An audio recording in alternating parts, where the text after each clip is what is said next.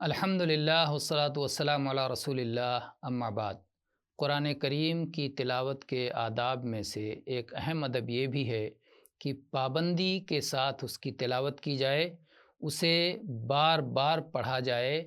تکرار کیا جائے، کیونکہ اگر کوئی شخص ایسا نہیں کرے گا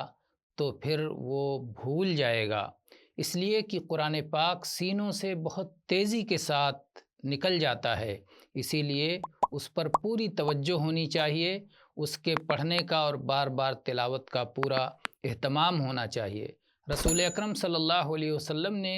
اس کی وضاحت ایک مثال سے فرمائی ہے کہ قرآن پاک کی مثال ایسے ہے جیسے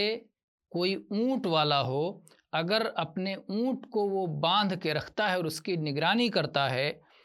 تو اونٹ اس کا محفوظ رہتا ہے، اور اگر وہ اس کی نگرانی نہیں کرتا تو اونٹ رسی توڑا کر کے بھاگ جاتا ہے۔ تو اس طرح سے ابو موسیٰ اشعری رضی اللہ عنہ کی حدیث میں ہے کہ انہوں نے فرمایا کہ نبی کریم صلی اللہ علیہ وسلم نے فرمایا ہے، تعاہد القرآن، قرآن کو پابندی کے ساتھ اس کا خیال رکھا کرو،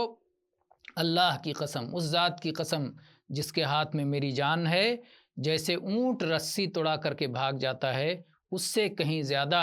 قرآن پاک تیزی کے ساتھ سینے سے نکل جاتا ہے۔ تو اس مثال کے ذریعے سے اللہ کے نبی صلی اللہ علیہ وسلم نے یہ وضاحت فرمائی کہ قرآن پاک کی تلاوت بکثرت پابندی کے ساتھ کیا جانا چاہیے تاکہ وہ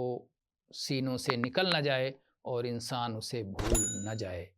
واللہ اعلم والحمد للہ رب العالمین۔